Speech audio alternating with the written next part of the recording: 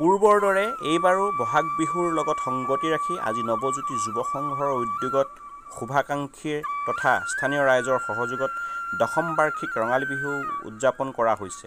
আজি পুৱাৰে পৰা পতাকা উত্তোলন কাৰ্যসূচী, স্মৃতি তৰ্পণ আৰু বৃক্ষৰোপণ কাৰ্যসূচীৰ লগতে বিভিন্ন ধৰণৰ কাৰ্যসূচী ৰূপায়ণ কৰা হয়।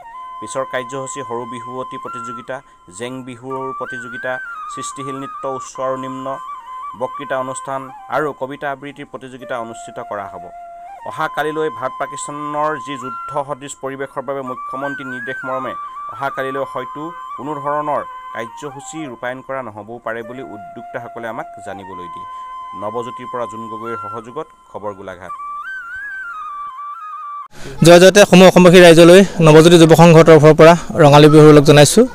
আৰু আন বছৰৰ দৰে এইবাৰো আমাৰ দশম বাৰ্ষিক ৰঙালী বিহু উদযাপন কৰিব লৈছোঁ দুদিনীয়া কাৰ্যসূচীৰে, যি অসমীয়াৰ সংস্কৃতি ৰক্ষাৰ স্বাৰ্থত আমাৰ লগতে আমাৰ গাঁওখনৰ যিখিনি আমাৰ স্থানীয় শিল্পী আছে বা যিখিনি আমাৰ স্থানীয় যুৱক যুৱতী আছে সেইসকলক আমি এটা উৎসাহ দিয়া মানসেৰে, আমাৰ সংস্কৃতিনো কি তাক অকণমান দেখুওৱা মানসেৰে আমি এই উৎসৱটি প্ৰতি বছৰে আমি অনুষ্ঠিত কৰোঁ। এই বছৰ সেইধৰণে আমি অনুষ্ঠিত কৰিবলৈ লৈছোঁ।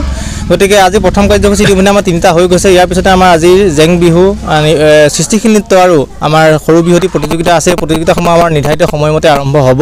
বিষয়ে গম পাইছোঁ যে আমাৰ অসমৰ সন্মানীয় মুখ্যমন্ত্ৰী ডক্টৰ হিমন্ত বিশ্ব শৰ্মা ডাঙৰীয়াই টুইট যোগে এটি পোষ্ট কৰিছে যে যি আমাৰ বিহু অনুষ্ঠানসমূহ আছে বা সাংস্কৃতিক অনুষ্ঠানসমূহ আছে সেইসমূহ 10 মে'ৰ ভিতৰত বন্ধ কৰিব লাগে। আমাৰ যিহেতু সীমান্তত অতি উত্তেজনাই বিৰাজ কৰিছে, ভাৰত পাকিস্তানৰ যুদ্ধকালীন এটা পৰিস্থিতি সৃষ্টি হৈ আছে। তাৰ পৰিপ্ৰেক্ষিতত আমাৰ বীৰ জোৱানসকলৰ প্ৰতি শ্ৰদ্ধা জ্ঞাপন কৰি আমাৰ অনুষ্ঠানসমূহ বাতিল কৰিবৰ কাৰণে এটা নিৰ্দেশনা আহিছে। যদিও আমাৰ এই নিৰ্দেশনাটো আমি অফিচিয়েল অৰ্ডাৰ কপি হিচাপত আমি পোৱা নাই, যদিও যিহেতু আমাৰ সামাজিক মাধ্যমত পোষ্ট কৰিছে, এই বিষয়ত এতিয়ালৈকে 100% নিশ্চিত নহয় যে অহা কালিলৈ আমাৰ অনুষ্ঠান হ'ব কি নহয়। কিন্তু আমি কিছু সময়ৰ পিছতে সম্পূৰ্ণ স্পষ্ট হৈ পৰিব অহাকালি আমাৰ অনুষ্ঠানৰ বিষয়ে।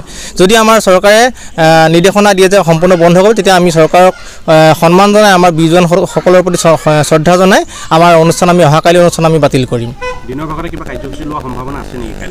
অহাকালিলৈ যিহেতু 10 মে'ৰ পৰা যিহেতু আমাৰ বন্ধ কৰিছে, গতিকে আমাৰ অহাকালি দিনতো কোনো ধৰণৰ কাৰ্যসূচী লোৱা নহ'ব। আজি ৰাতিৰ ভিতৰতে সকলো ধৰণৰ আমাৰ কাৰ্যসূচী শেষ কৰা হ'ব। যদি কিবা কাৰ্যসূচী থাকি যায় সেই কাৰ্যসূচী আমি সকলোখিনি বাতিল কৰিম। অহাকালি যিখিনি কাৰ্যসূচী সকলোখিনি বাতিল কৰিম।